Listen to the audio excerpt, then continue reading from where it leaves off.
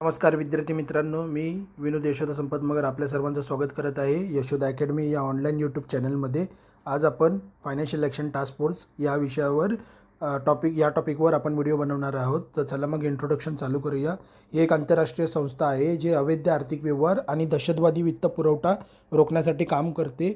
तिची स्थापना आणि कार्यपद्धती आणि भारतासाठी तिचे महत्त्व हे आपण या टॉपिकमधून जाणून घेणार आहोत।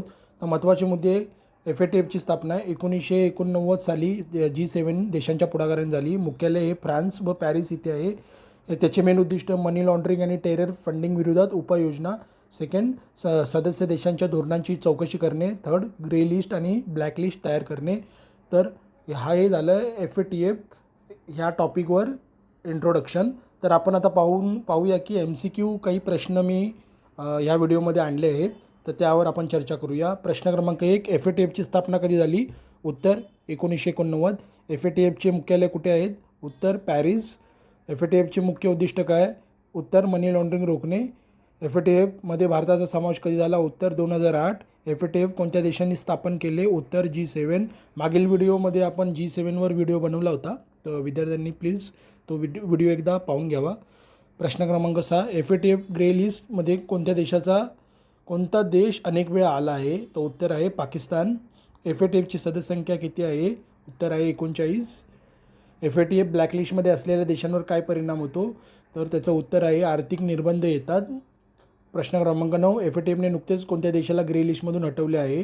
जून 2024 अनुसार। उत्तर आहे तुर्की। प्रश्न क्रमांक 10, FATF कोणत्या देशावर थेट आर्थिक दंड लावते का? नाही, कोणत्याही देशावर थेट आर्थिक दंड लावत नाही। प्रश्न क्रमांक 11, FATFचे सत्र दरवर्षी किती वेळा घेतले जाते? उत्तर आहे 2 वेळा। FATFची कामकाज भाषा कोणती आहे? तर याचं करेक्ट आन्सर आहे इंग्रजी आणि फ्रेंच। प्रश्न क्रमांक 13, FATF सोबत काम करणारी इतर संस्था कोणती? याचं उत्तर आहे UNODC। आणि प्रश्न क्रमांक 14, FATFने कोणत्या प्रकारच्या लिस्ट तयार केलेल्या आहेत? याचं उत्तर आहे ग्रे अँड ब्लॅक। तर विद्यार्थी मित्रांनो, हा जो आपण व्हिडिओ बनवला आहे तो परीक्षाभिमुख व्हिडिओ आहे।